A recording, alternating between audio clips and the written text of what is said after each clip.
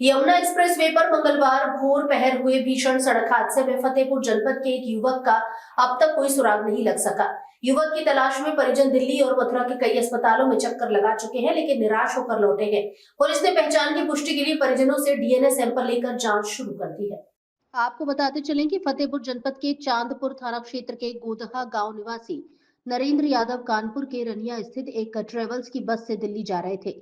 मंगलवार सुबह मथुरा जनपद के थाना बलदेव क्षेत्र में घने कोहरे के कारण यमुना एक्सप्रेसवे पर कई छोटे बड़े वाहनों की आपस में टक्कर हो गई। दुर्घटना के बाद कुछ वाहनों में आग भी लग गई, जिसमें 1 दर्जन से अधिक लोगों के हताहत होने की सूचना थी। परिजनों के अनुसार नरेंद्र यादव जिस बस में सवार थे, वही बस इस हादसे का शिकार हुई थी। सूचना मिलने पर परिजन तुरंत मौके पर पहुंचे और दिल्ली व मथुरा के विभिन्न अस्पतालों में घायलों की सूची खंगाली, लेकिन नरेंद्र का कोई पता नहीं चल सका। नरेंद्र यादव 5 भाइयों में सबसे छोटे थे। उनके 2 भाइयों की पहले ही मृत्यु हो चुकी है। वे अविवाहित थे।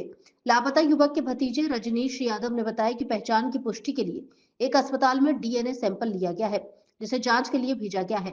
पुलिस का कहना है कि रिपोर्ट आने के बाद ही स्थिति स्पष्ट हो सकेगी। वंदे भारत से अमरदीप त्रिपाठी की रिपोर्ट। मेरे चाचा उस दिन दिल्ली के लिए रवाना हुए कानपुर से।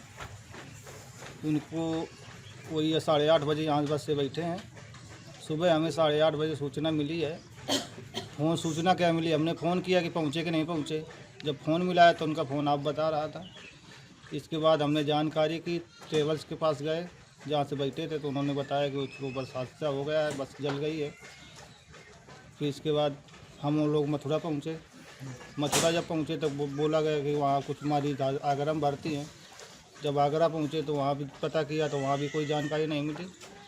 इसके बाद हम फिर मथुरा गए, वहाँ हम सरकारी हॉस्पिटल में, वहाँ उनका डीएनए टेस्ट करवाए, डीएनए जांच दी गई। मेरे चाचा ने डीएनए जांच दी। इसके बाद हम वहाँ पे बलदेव थाना के अंतर्गत, वहाँ का जो हादसा हुआ था बलदेव थाना के अंतर्गत आता है, वहाँ ने हमने तहरीर दी उनके नाम की।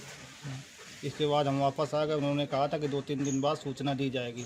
डीएनए जांच जैसे ही आएगी वैसे सूचना आपको मिलेगी। कितने हॉस्पिटल में आपने ढूंढा उनको हमने चार हॉस्पिटल में ढूंढा।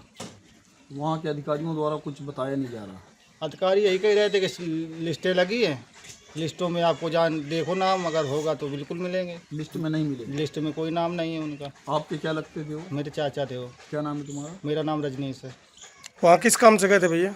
वो वहाँ पे उनकी होटल है। कहाँ, मथुरा में? नहीं, वो तो दिल्ली में रहते हैं सर।